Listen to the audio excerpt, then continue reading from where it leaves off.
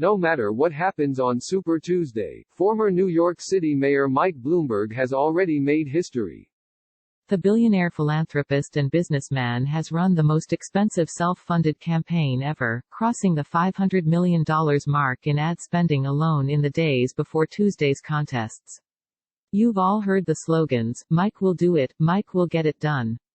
And if you haven't, I've wasted an awful lot of money, he quipped at a campaign stop in Tennessee over the weekend. But he also signaled in an interview on Fox News on Monday, that even if he doesn't win in upcoming primaries he has another path to the nomination, a contested convention. The most likely scenario for the Democratic Party is that nobody has a majority, it goes to a convention where there's horse trading and everybody decides to compromise, Bloomberg said.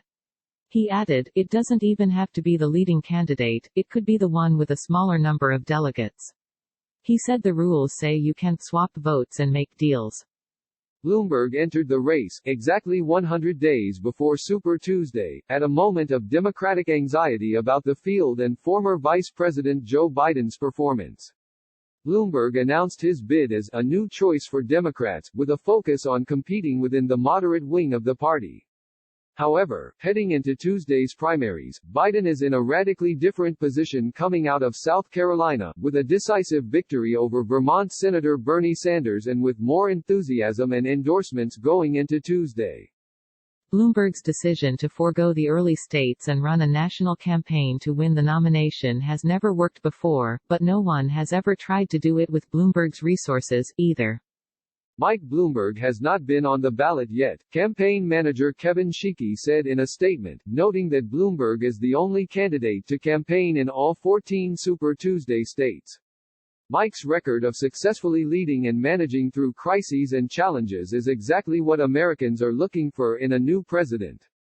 What scant polling exists in Super Tuesday states suggests otherwise. The latest NBC poll, out Sunday, had Bloomberg lagging in third place behind Sanders and Biden in Texas and North Carolina. Biden's nearly 30-point win over Sanders in South Carolina, however, proved that polling can be wildly off in a race where so many voters are making up their minds at the last minute.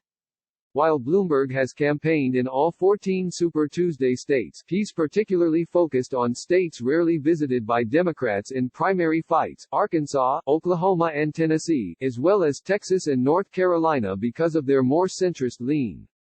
Bloomberg made stops in all of those states in the days before Tuesday's contests. He has promised to build a broad coalition of Democrats, Republicans and Independents, all political affiliations he has shared at some point in his life. Christy Dunbar, a chief financial officer for a small business and a lifelong Republican who voted for Donald Trump in 2016, attended Bloomberg's rally in Blountville, Tenn, last Friday. I've crossed party lines to vote for my first Democrat for president, she told NPR. Dunbar said Bloomberg was the only Democrat she would vote for in November. I do not want to vote for Bernie, sorry. I'm not socialistic. Bloomberg victories in any number of Super Tuesday states would almost certainly keep him in the race and scramble the math for clinching the Democratic nomination. One sign of confidence, he plans to spend Tuesday campaigning in Florida ahead of the state's March 17 contest. However, failure to win a single state, for a campaign that staked it all on Super Tuesday, would likely leave Bloomberg with no viable path to the nomination and calls for him to drop out of the race. I'm in it to win it, Bloomberg said Monday at a campaign stop in Northern Virginia. He also tweeted that he plans to campaign this week in Michigan, Pennsylvania and Florida, key swing states holding primaries in March and April. Regardless, Bloomberg's role in 2020 is expected to continue. He has pledged to continue to spend money to elect whoever is the nominee, even if it is Sanders. That promise has engendered a lot of goodwill from the Democratic voters who have shown up at his rallies. The last election, that wasn't done. Hillary was out there by herself, said Dominique Frost, a business consultant who is a first-time candidate for local office from Memphis, Tennessee. So for him to say that he would keep all of his headquarters operating and he would support whatever Democrat wins in the primary, I think that says a lot about him.